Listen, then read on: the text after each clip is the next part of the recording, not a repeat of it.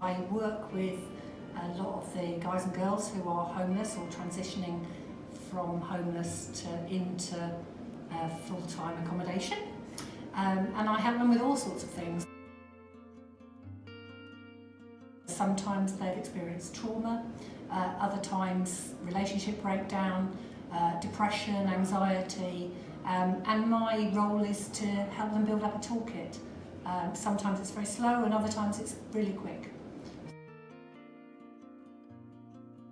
So it's actually a set of organising ideas that Human Given. So ultimately we build rapport, we gather information, get to know people, we set goals, agree strategies, and often rehearse behaviour as well.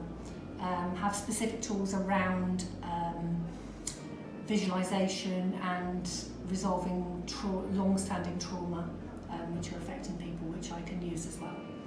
So sometimes working with some veterans can use a technique that helps them deal with the trauma.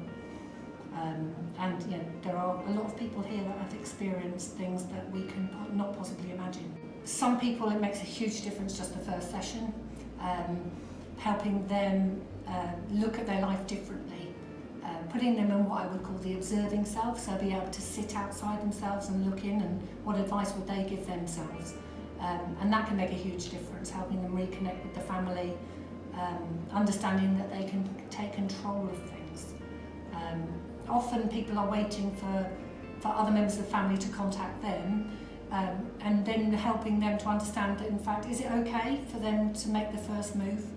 And then they make the first move and absolutely the transformation just falls like dominoes. It's amazing. So there's some great experiences there.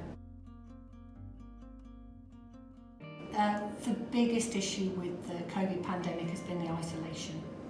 Usually the winter night shelter would be providing an environment, although a lot of people would think would be horrendous, you know, 15 guys and girls sleeping on a church floor or on a mattress. They would consider staying in a hotel with your own ensuite to be much better, but actually it's very difficult to make friends when you're on your own in a hotel.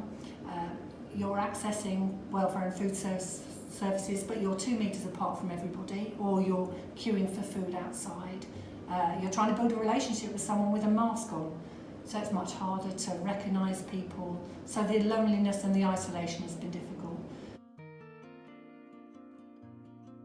The best thing about my role is being able to help people at some of the lowest part of their life. It's not all magic medicine. For some people it's 3 steps forward, 2 steps back, as they're learning new techniques and they're learning to take responsibility.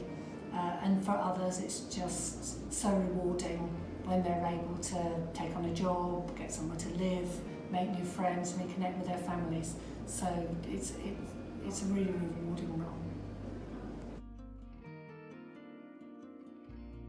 I think that the Winter Night Shelter provide excellent services. The welfare team are second to none. They never turn anybody away. They have a phenomenal technique at filling in PIP forms, universal credit, helping people who've been bereaved, signpointing people to the right services. They know who they're worrying about, they know who to signpost to me or to other counsellors or therapists. We've got lovely people on reception, we've got lovely people making sandwiches and chatting to guys and girls at the door. So it's very much a family environment, everyone in it together, all keeping good communication.